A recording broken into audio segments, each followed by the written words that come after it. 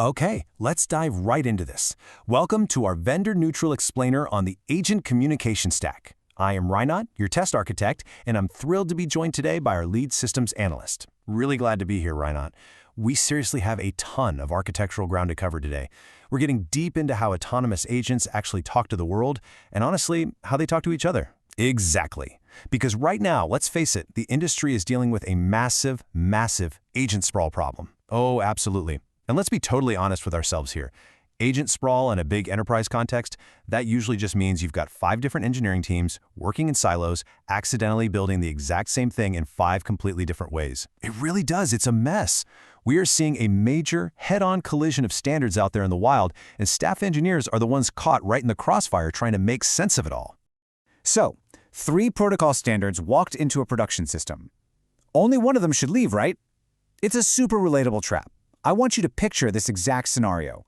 You are the staff architect. You built an incredibly solid, reliable system on MCP, that's the Model Context Protocol, back in Q1. You felt great about it. Then, you suddenly discover your enterprise team absolutely needs Google's agent-to-agent protocol, A2A, for a brand new division they spun up in Q2. And now your CTO is literally standing at your desk looking at you, asking why you cannot just use OpenAI's Responses API for absolutely everything to save time and money. And you know what? It's a completely understandable question coming from leadership. To a CTO, an API is just an API, right? If they all handle agent communication on the 10, why on earth do we need 3 different, highly complex ways to do it? But that's exactly why we're here. It is our job as architects to look at that and clearly explain the invisible blast radius hiding behind that assumption. And that right there leads us straight to the fundamental knowledge gap we see in so many enterprise deployments today. Listen. These are not competing versions of the exact same thing. They just aren't. They solve entirely different layers of the agent communication stack. Conflating them is a massive architecture error. It is not just an engineering preference or a stylistic choice. Exactly. You hit the nail on the head. And the consequences of conflating them? They are immediate, and they are incredibly expensive. Just last month, I was reviewing an architecture where a team tried to coordinate 3 different complex planning agents using just MCP as the connective tissue between them. But here's the thing. Because MCP is strictly a tool protocol, not a coordination protocol, their token costs absolutely skyrocketed. We're talking a 400% increase in a single week. Why? Because the agents just hallucinated in these endless, desperate circles trying to parse each other's intent using a protocol that wasn't built for it. So, here is our roadmap for this explainer. 1. The 3 layers explained. 2. The decision matrix. 3. Production failure modes. 4. LangGraph integration patterns. 5. Compliance and regulated AI. And finally, number 6, our final recommendations. Perfect. Let's just jump right into it. Section 1. The 3 layers explained. Okay, let's do a bottom-up deconstruction of these communication stack layers so we really understand what we're working with. We're going to start right at the base with the Model Context Protocol, or MCP. This was pioneered by Anthropic. Basically, MCP solves the problem of how an LLM actually accesses external tools and data sources. The core unit of communication here is very simple. It's the tool call and the tool result. It runs on a standard client-server architecture, typically over standard I/O or server-sent events. The trust boundary is straightforward but critical. The MCP server is treated as a fully trusted tool endpoint. Right. But that trust boundary is exactly where the massive glaring risk lies for enterprise systems. The key vulnerability here is context poisoning. Think about it like a very sophisticated indirect prompt injection vector. Let's say you connect a basic open-source weather API via your MCP server. If that specific tool gets compromised out on the web, and it suddenly starts returning malicious markdown code instead of a simple temperature reading, your LLM treats that malicious payload as a trusted piece of context. It literally ingests the poison directly into its core reasoning loop. So while MCP is brilliant, and it absolutely is, it is strictly best for structured tool integration in a highly controlled environment. Exactly. So moving up the stack a bit, we hit the agent-to-agent protocol, or A2A, which was developed by Google. This is solving a totally different problem. How does one autonomous agent formally delegate a task to another autonomous agent? The unit of communication isn't a simple tool call anymore, it's a robust task envelope. This envelope contains the input, the expected output schemas, and capability declarations. And agents actually discover each other via an agent card that gets published at a well-known URL. The key distinction here is the trust boundary. The receiving agent is treated as a peer, not a subordinate tool. And man, treating them as peers introduces a really tough challenge, capability drift. Because autonomous agents are delegating work without sharing a full semantic context, the delegated agent might interpret the task entirely differently than the delegating agent actually intended. It happens all the time. For example, Agent A sends a task envelope asking for a quote-unquote compliant invoice. Now, Agent A thinks compliant just means the invoice has today's date on it.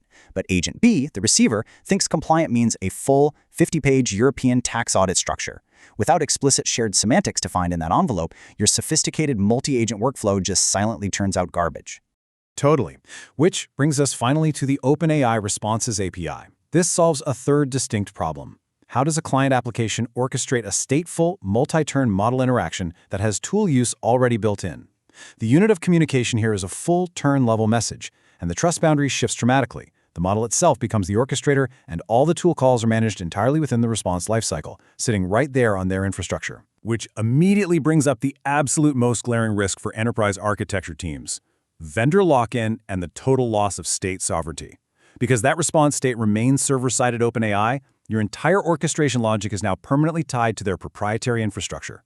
Look, if you're a scrappy product team building a consumer-facing bot where speed is everything, sure, it's lightning fast and incredibly convenient. But for heavily regulated enterprise environments, sacrificing your local state sovereignty and relying entirely on a vendor-managed state is just a complete non-starter. You can't do it. So let's quickly summarize these boundaries, because I think this brilliantly illustrates how these complementary layers differ strictly by their trust boundaries and execution scopes. MCP is your tool layer. It connects compute directly to data. A2A is your coordination layer. It explicitly connects agent to agent. Right, and the Responses API is your orchestration layer. It connects the model directly to the client. You see? You don't pick one to rule them all. That's the trap. You have to actively pick the right one for the specific architectural boundary you are currently trying to cross in your system. Let's move on to Section 2, the decision matrix. Okay, this matrix right here is the absolute core decision framework for staff engineers who actually have to build and, more importantly, defend these communication standards to their leadership. We evaluate this across 4 distinct axes. First up, who controls the tool registry? With MCP and A2A, it's firmly sitting on your infrastructure. With the Responses API, it's vendor-managed. Second axis, do you need outside delegation? MCP doesn't natively do cross-boundary agent delegation. A2A is built specifically for it, and the Responses API doesn't do it at all.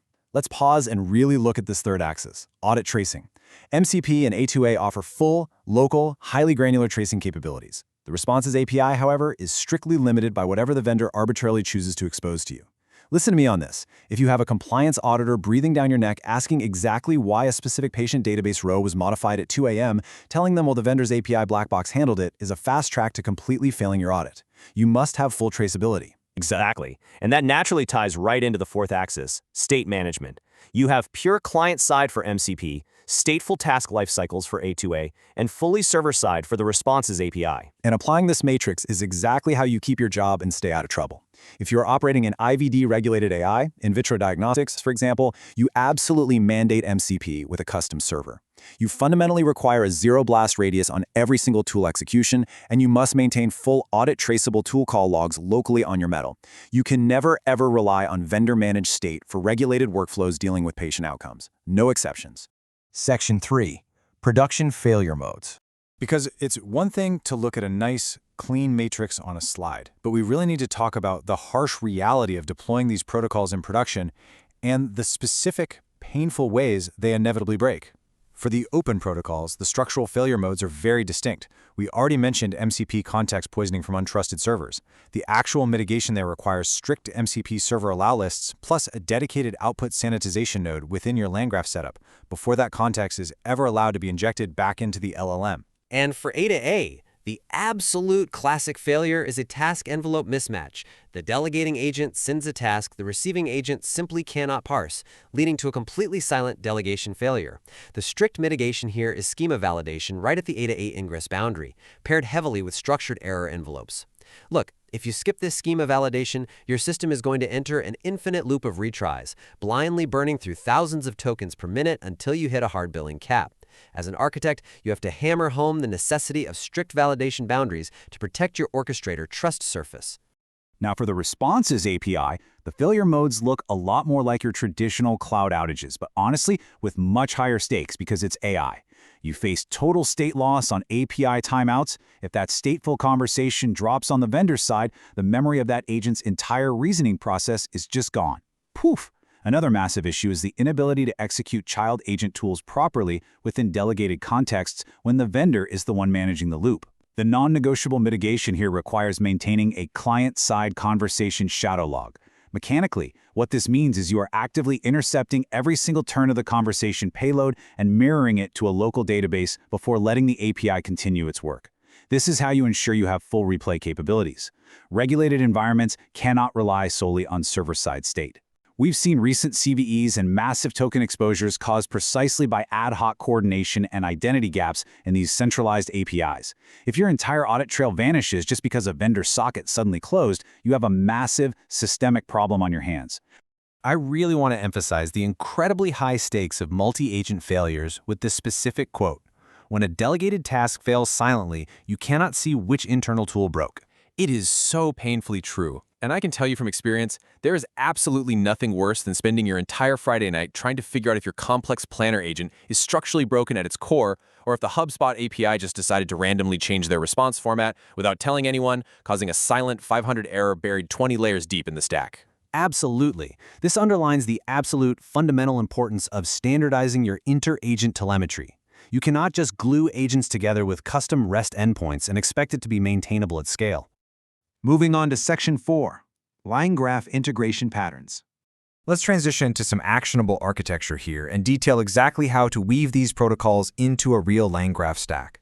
For MCP and LangGraph, what you do is wrap your tool nodes completely inside an MCP client. If we look at the execution flow, you can see the loop right here. The tool node fires, the output sanitization explicitly intercepts the payload, and then that critical routing arrow sends the payload directly to your audit log node before anything is allowed to reach the main graph state. For A2A, you rely on the subgraph pattern. The delegated agent runs as a compiled subgraph, which you invoke via the send API. You absolutely validate the task envelope at ingress, and you validate the artifact response at egress. I literally cannot stress this enough. Treating the remote A2A agent as a compiled subgraph is exactly what gives you the deterministic state boundaries you desperately need in enterprise AI. It forces a clear, unbreakable contract.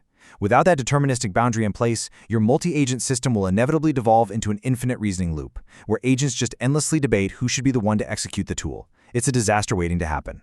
And if you are forced to integrate the Responses API, the mechanics look like this. You create a dedicated external call node, stream the vendor's response directly into your LangGraph state, and immediately trigger a shadow log node to write to a local persistent store on every single conversation turn. And let's be crystal clear about this. That shadow log node is absolutely mandatory here. It is a non-negotiable architectural requirement for enterprise applications. It is quite literally the only way you maintain local sovereignty over your conversation history. Without it, your application state, your debugging capability, and your entire compliance posture are entirely at the mercy of the vendor's API uptime. Section 5, Compliance and Regulated AI. I want to take this specific segment to deliver a hard, regulated angle compliance breakdown strictly based on GAMP5 requirements for computer system validation. Under GAMP5 CSV, each protocol represents a completely different risk category. And trust me, this directly dictates your budget approvals. MCP tool calls are Category 3. They are non-configurable interfaces. They provide beautifully controlled, auditable tool isolation. To a compliance auditor, this is fantastic because you only ever need to validate the specific MCP tool wrapper. Now, A2A delegation falls under Category 4. It's a configured interface that strictly requires documented task schemas. The Responses API, however, is a massive jump. It's a Category 5 custom interface specifically because of that vendor-managed state. It demands full, exhaustive validation of exactly how that vendor handles your data. Which is a total nightmare. And this builds directly into your enterprise license agreements, your ELA. Think about it. A Category 5 system means if the vendor updates their API backend on a Tuesday, you technically have to completely revalidate your entire computer system workflow under FDA rules. Your protocol choice isn't just a fun engineering preference for your developers to debate on Slack. It is fundamentally a compliance architecture decision that changes the entire scope and cost of your ELA negotiations. Finally, Section 6, Final Recommendations. Let's set up the final verdict for you all and provide some extremely clear paths forward based on your specific organization's risk tolerance and engineering capabilities.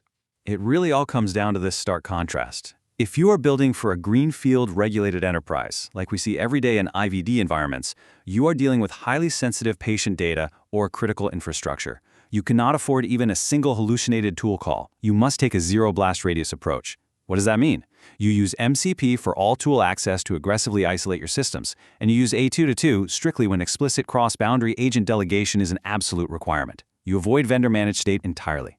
On the flip side, if you are a product startup, maybe you only have 3 months of runway left and you need to launch a consumer scheduling bot by next Tuesday. Fine, use the Responses API. It gives you the absolute fastest time to market, it's a high velocity but much higher dependency approach, and it is the right call when extreme compliance isn't your primary business bottleneck. Which leaves us with one critical, lingering question for everyone listening to this explainer. Have you actually audited your Orchestrator trust surface yet? Because every single time you expose a new MCP tool or delegate a task via A2A, you are actively expanding the surface area where an LLM is allowed to make irreversible decisions on your behalf. You need to pull up your architecture diagrams and reevaluate your current stack today. Establish those clear, unbreakable boundaries between reasoning, orchestration, and tool execution. Really well said. Thanks for joining us on this explainer, everyone. Reevaluate your stack today before your architectural debt turns into a catastrophic production breach. We will see you next time.